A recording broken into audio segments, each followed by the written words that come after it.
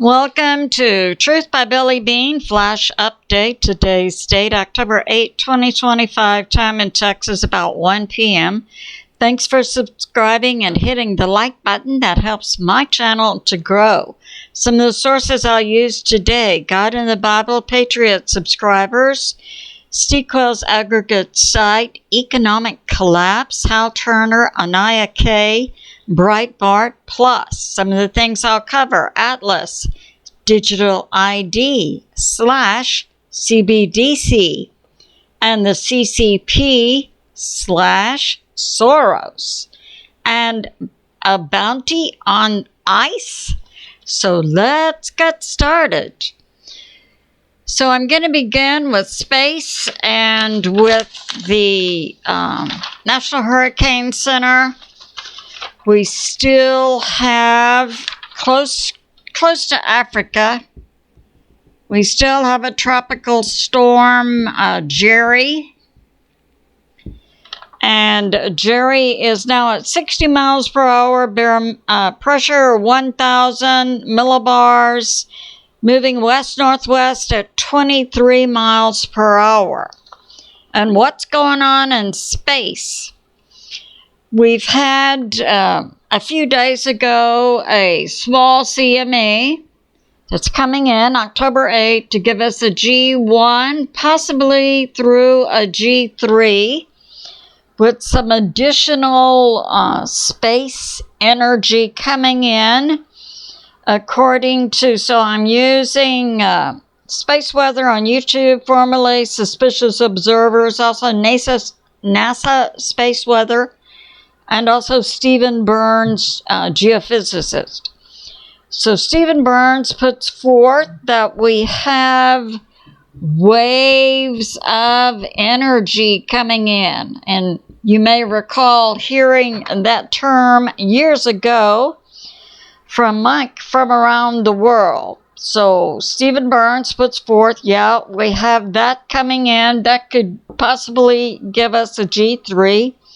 Increased energy coming from space, solar wind impacting the Earth. Now he puts forth, we do have some comets closer to Earth, which are visible, Lemon, and the second one, Swan.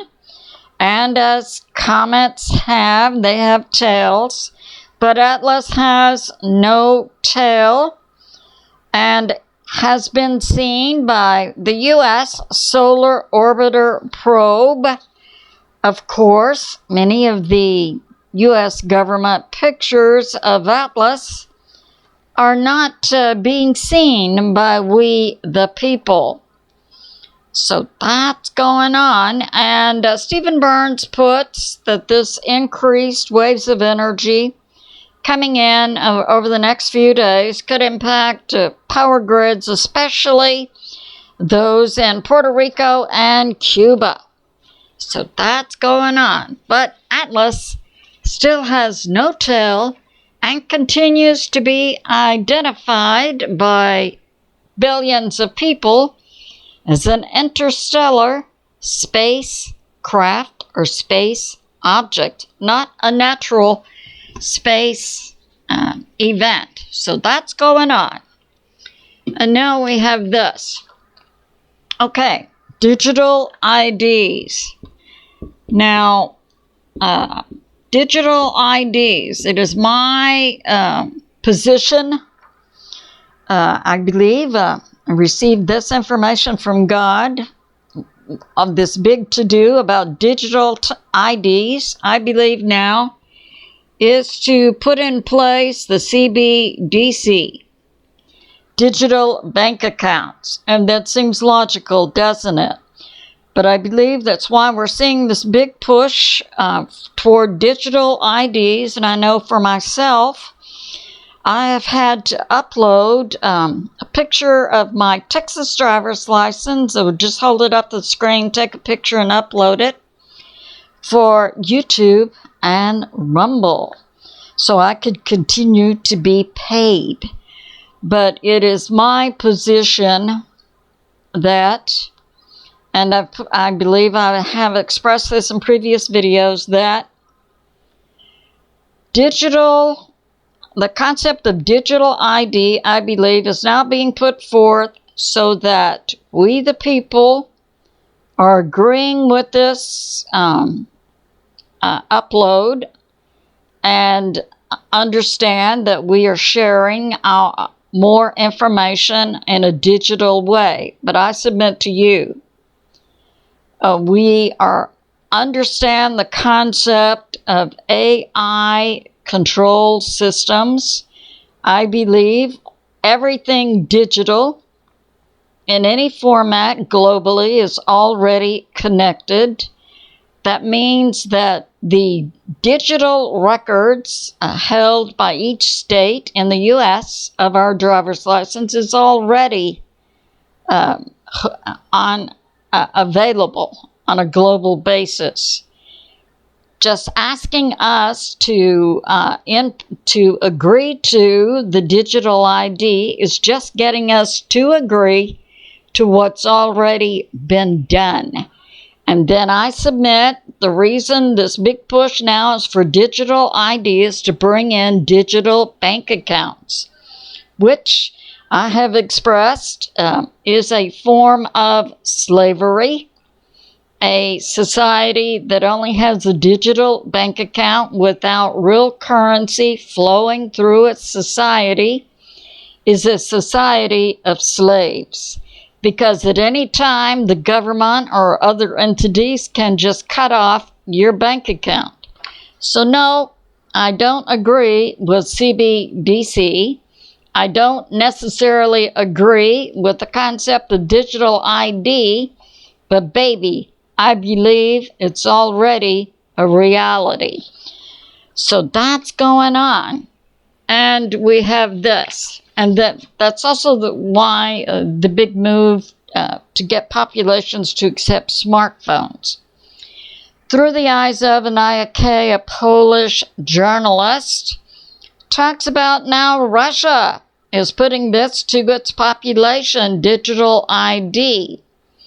ANIA brings this information that Vietnam in June of 2025, a couple of months ago, closed 86 million bank accounts because the people wouldn't go along with the biometric ID. Now in Texas, our Texas driver's license has involved biometrics for years. You have to give your thumbprint. We know we have a facial ID update on our driver's license.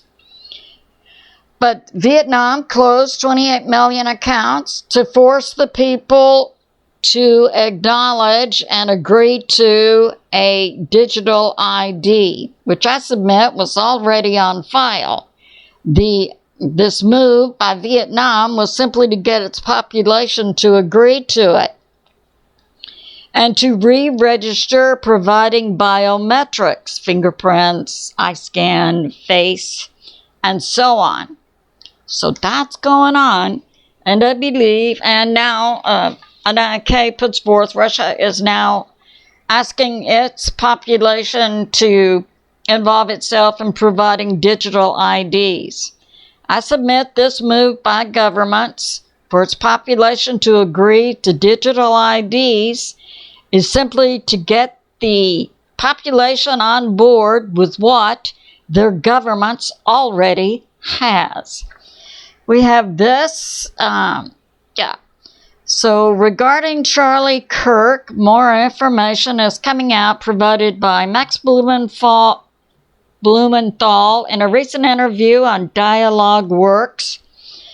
Candace Owens, who used to work with Charlie Kirk, had received some information about some text messages Charlie Kirk put out a couple of days before he was assassinated, putting out that some of his big pro-Israel donors wanted him to drop interviews with Tucker Carlson, and it also the text messages also support information we've received that Charlie Kirk was moving away from a position of strong support for Zionism. So that's going on. It's just more proof coming out, verifying that Charlie Kirk was moving away from a pro-Israel stance. We have this now from BREITBART. Okay. So now we're seeing, and we've been hearing, Soros funded groups like Antifa, which President Trump has designated as a terrorist group. So where is some of its money coming? So from BREITBART, we have it's coming from the CCP. We had a U.S. Software company consultant, ThoughtWorks, headed up by Roy Singham. He sold in 2017. Then he moved to China, and he became the CEO of ThoughtWorks Beijing. His wife, Jody Evans, is the co-founder of Code Pink, also another, I call it anti-citizen group. And the Singhams have donated $20 million plus to Code Pink since 2017 to 2022.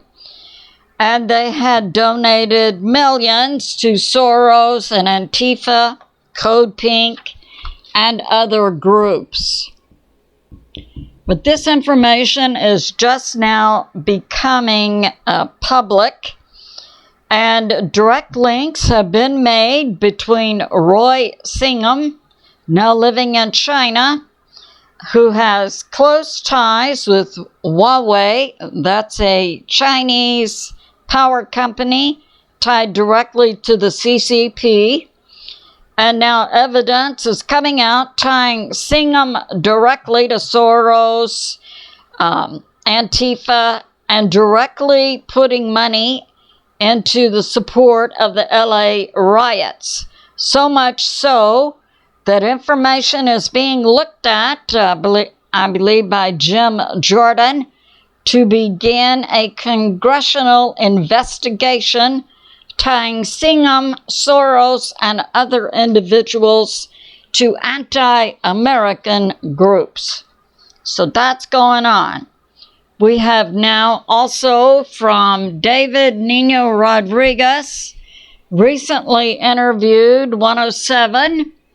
The cartels are now putting out bounties on ICE plus other feds,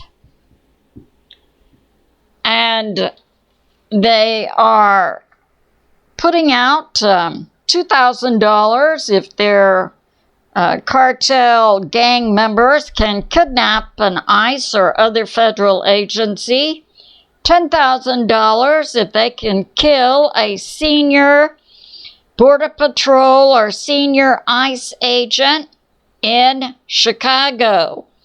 And these are Soros-oriented groups. So we have the cartels, the cartel gangs, we have Soros, we have Antifa.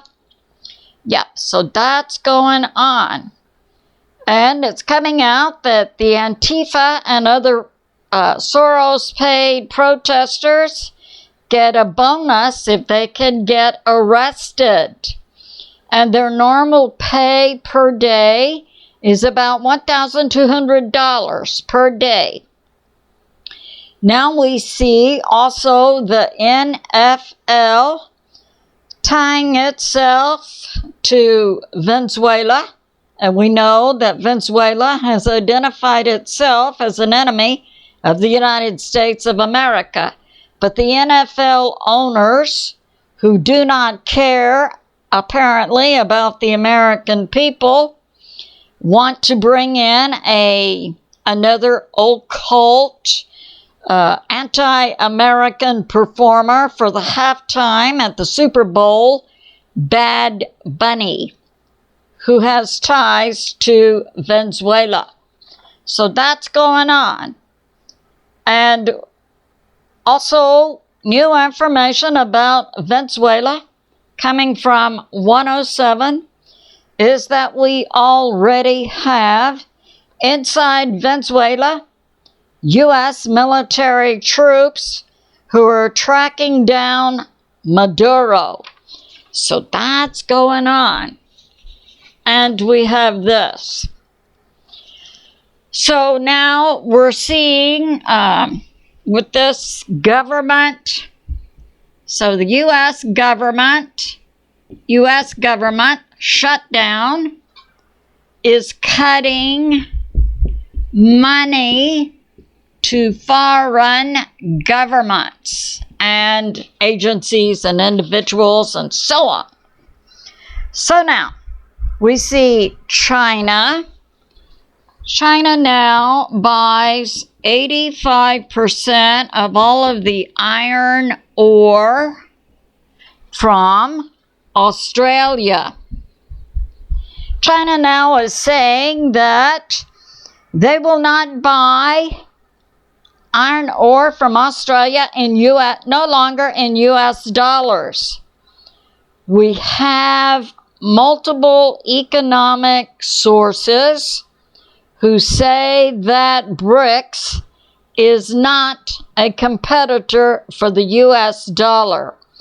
We see another move by the CCP to take down the United States. And this is one way they want to do it. And states that they're doing it because China doesn't want U.S. sanctions. And they also want to make a move that blocks the U.S.-based international transfer of money, the SWIFT system.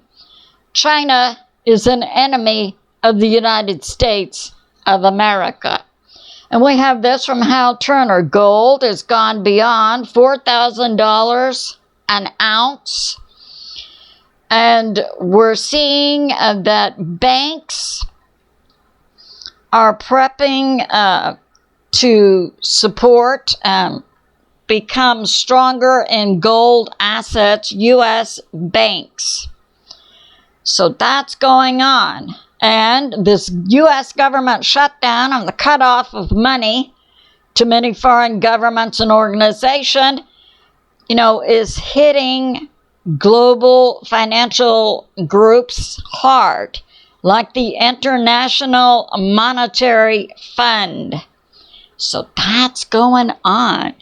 So I submit it's good to be in prayer for America, President Trump, the U.S. military, and world peace. I love you, and I'll see you soon.